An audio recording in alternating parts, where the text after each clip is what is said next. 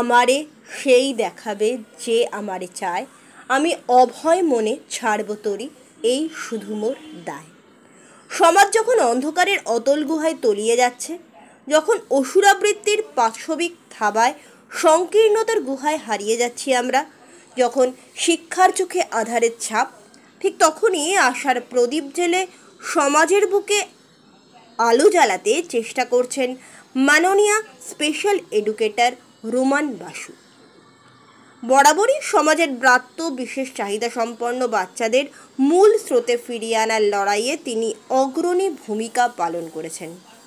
তাই তো ভবিষ্যতে তাদের শিক্ষার আলোয় আলোকিত করতে রিটায়ারমেন্টের পর বীরভূম জেলার প্রান্তিক সংলগ্ন পারুলডাঙ্গায় তার ঐকান্তিক উদ্যোগ ও অপার ভালোবাসার ফলস্বরূপ গড়ে উঠেছে আদিবাসী বিশেষ চাহিদা সম্পন্ন সবুজদের জন্য বিশেষ বিদ্যালয় সমৃদ্ধি।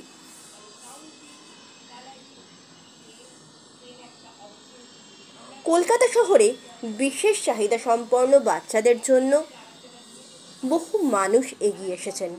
গড়ে উঠেছে তাদের জন্য বিশেষ চাহিদা সম্পন্ন স্কুল। কিন্তু পারুলডাঙ্গার মতো মফস্বল অঞ্চলে আদিবাসী বাচ্চাদের নিয়ে বিশেষ চাহিদা সম্পন্ন স্কুল করার চিন্তাভাবনা এর আগে খুব যে একটা কেউ ভেবেছে তা চোখে পড়ে না। আর এই চিন্তা থেকেই শুরু হয়েছিল রোমানদের পারুলডাঙ্গায় সমৃদ্ধির তৈরি করার কথা। তারপর ধীরে ধীরে প্রায় বছর 2-2.5 চেষ্টায় গড়ে ওঠে পারুলডাঙ্গার বুকে আদিবাসী বিশেষ চাহিদা সম্পন্ন বাচ্চাদের নিয়ে এক স্কুল, যার নাম সমৃদ্ধি। এই বছর এই সমৃদ্ধিতেই কচি কাচাদের নিয়ে রোমানদি হৈ হৈ করে পালন করলেন সরস্বতী পুজো। রোমানদের ভালোবাসা তথা অভিভাবকত্বে মন ভরে প্রসাদ খাওয়া, মায়ের পুজো অর্চনা, সর্বোপরি বাচ্চাদের মুখে স্বস্তির হাসি জানান দিচ্ছিল আগামীতে সমৃদ্ধি তাদের মনের মণিকোঠায় কতটা জায়গা করে নেবে তারই এক ঝলকানি রূপ। সমাজকে এত সুন্দর উপহার দিয়ে আলোকিত করার জন্য রোমানদিকে সমাজ বার্তার তরফে কুর্নিশ। এত অন্ধকারের মধ্যেও আশার আলো এইভাবেই জ্বলুক ভালোবাসার প্রচেষ্টা এবং বাস্তবায়নের রূপ হিসেবে। নমস্কার দিদি, সমাজ বার্তাতে স্বাগত। আমরা বিগত বছর 2024-এ 25শে ডিসেম্বর তোমার হাত ধরে উপহার পেলাম বিশেষ চাহিদা সম্পন্ন সবুজদের জন্য স্কুল সমৃদ্ধি। আর এবছর হৈ হৈ করে সমৃদ্ধির বাচ্চারা পালন করলো সরস্বতী পুজো। কি বলবে, কেমন লাগলো, আর সমৃদ্ধির যাত্রাপথটা যদি একটু ছোট্ট করে বলো। আমি স্পেশাল এডুকেটর অলকা ভদ্র বাসু। আমি দীর্ঘদিন AMRI হসপিটাল মুকুন্দপুর এবং সর্বশিক্ষা মিশন সাউথ 24 পরগনার জয়নগর সার্কেলে কর্মরত ছিলাম। আমার ইচ্ছে ছিল অবসর গ্রহণের পর আমি ট্রাইবাল বাচ্চাদের নিয়ে একটা স্পেশাল স্কুল করব, এবং এই যাত্রাপথটা আমার দীর্ঘদিনের। কেননা 4 বছর ধরে আমি শান্তিনিকেতনে বিভিন্ন জায়গায় ঘুরে ঘুরে ঘুরে ঘুরে আগে সার্ভে করেছি যে এখানে স্কুলটা করলে বাচ্চা পাবো কিনা।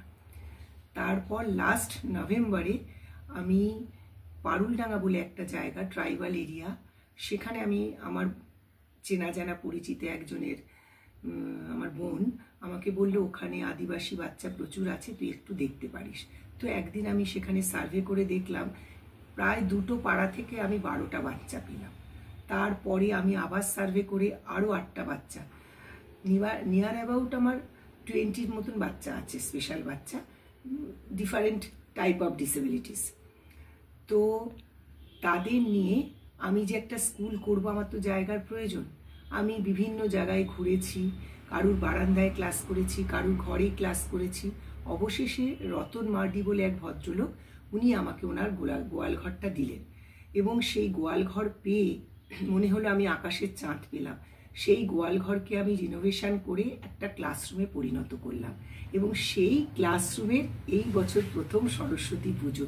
সাংঘাতিকভাবে আমি এক্সাইটেড ছিলাম কচিকাচাদের নিয়ে পুজো করব। তারাও ভীষণভাবে আনন্দ পেয়েছে এই পুজোতে পার্টিসিপেট করে। তো 3 দিনের আমার এই যাত্রাপথটা মানে শুরু হলো সরস্বতী পুজোর আগের দিন, সরস্বতী পুজোর দিন এবং তার পরের দিন ভীষণ সুন্দরভাবে কাটিয়েছি।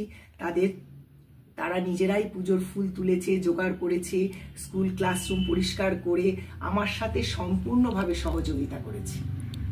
দিদি আরেকটা জিনিস জিজ্ঞেস করবো, এই যে ওরা তো কোনোদিন সেইভাবে সেই অর্থে স্কুলে গিয়ে সরস্বতী পুজো পালন করা সেটা খুব একটা বোধহয় করেনি, তো তোমার হাত ধরে প্রথম বছর সরস্বতী পুজো এবং সমৃদ্ধিতে সরস্বতী পুজো, ওদের তো চোখে মুখে একটা প্রশান্তির ছাপ ছিল, সেই সম্পর্কে যদি কিছু বলো। এখানে আমি কিছু কথা বলি। যাদের মধ্যে সিভিয়ারিটি আছে ডিসেবিলিটিসের, তারা বসে বসে পুজোটাকে দেখেছে, উপভোগ করার চেষ্টা করছে। কিন্তু যাদের লার্নিং প্রবলেম আছে, ডিসেবিলিটিসের তো অনেকগুলো পার্ট থাকে, লার্নিং প্রবলেম আছে, তারা আমাকে সহযোগিতা করেছে। যারা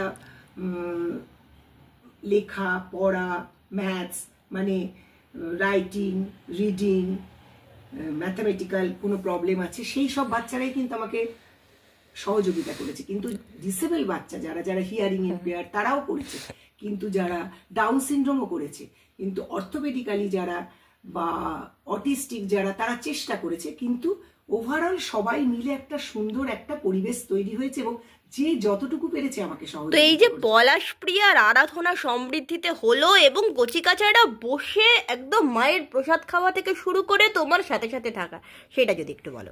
তারা সাংঘাতিকভাবে এক্সাইটেড ছিল, প্রসাদ খাবে, সুন্দরভাবে পুজো উপভোগ করবে, সন্ধেবেলা বিসর্জনে গেল, নাচলো, মানে যে যা পেরেছে তাই করেছে, গান করা থেকে আবৃত্তি, যার যতটুকু ক্ষমতা সে ততটুকু আমাকে দিয়েছে।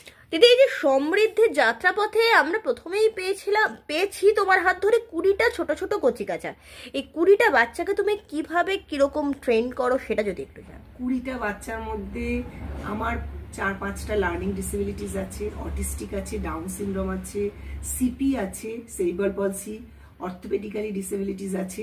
আমি প্রত্যেককে আলাদা আলাদা অ্যাসেস করে তাদের গোল সেট করি। প্রথমে শর্ট টার্ম গোল, তারপর লং টার্ম গোল, এবং শর্ট টার্ম যখন সাকসেসফুল হয় তখন লং টার্ম। কিন্তু এক্ষেত্রে কি হয়েছে, নভেম্বর থেকে যেহেতু আমার ক্লাসটা শুরু হয়েছে, তাদের আমি শিট রেডি করে রেখেছি, 3-4টে ক্লাস নিয়েছি, জাস্ট অ্যাসেসমেন্ট হয়েছে। এবার তাদের যে প্রবলেমগুলো আছে সেই প্রবলেমগুলো অ্যাসেস করেছি। তাদের কিছু অকুপেশনাল থেরাপির প্রয়োজন, ফিজিওথেরাপির প্রয়োজন, স্পিচ থেরাপির প্রয়োজন, ডান্স থেরাপি দরকার, মিউজিক থেরাপি দরকার, বিভিন্ন রকম প্রয়োজন। সেইভাবে আমাকে সাজিয়ে সুন্দরভাবে পরিবেশটা তৈরি করতে হবে। এখন এই যাত্রাপথটা জাস্ট শুরু হলো, এবার প্রসেসিংগুলো এইভাবে করতে হবে। তুমি তো মোটামুটি শনিবার রোববার ওখানে ক্লাস করছো, তো যদি বীরভূম কেন সারা বোলপুর এবং ওই এরিয়ার যদি কোনো বাচ্চা তোমার কাছে শিখতে চায় তাহলে কিভাবে কন্ট্যাক্ট করবে? আমি আমার ফোন নাম্বার, আমার কার্ড সবাইকে দিয়েছি, এবং মোটামুটি আস্তে আস্তেই যে স্কুলটা নভেম্বরে শুরু হয়েছে, আমি 25 ডিসেম্বর এটা উদ্বোধন করেছি, ছোট করেই করেছি। এর মধ্যেই কিন্তু বিভিন্ন আশেপাশের গ্রাম থেকে তারা জানতে পেরেছে, কিছু টোটোওয়ালাও কিছু বাচ্চাকে নিয়ে আসছে, কিছু মানুষের মুখ থেকে শুনেও আমার কাছে আসছে। এইভাবে সবাই জানতে পারছে। জাস্ট 2-3 মাস শুরু হয়েছে। তাহলে আমরা একদম স্ক্রল বারে সমৃদ্ধি রোমান্দির নাম্বার দিয়ে দেবো, যদি কেউ যোগাযোগ করতে চান অবশ্যই আপনার বাচ্চাদের নিয়ে সমৃদ্ধিতে আসুন। রোমান্দি তো রইলই আলোয় বিকশিত হওয়ার জন্য, আর যদি সামনেই ফাগুন মাস, বোলপুরে পলাশ একদম ভরে যাবে, সেই সময় কিন্তু জমিয়ে আমরা সমৃদ্ধির কচিকাচাদের নিয়ে আবার বসবো আড্ডায়, এবং সমৃদ্ধি আরও বিকশিত হোক। দিন দিন সমৃদ্ধির বাচ্চারা অনেক আলো আনুক আমাদের মধ্যে। অনেক ধন্যবাদ।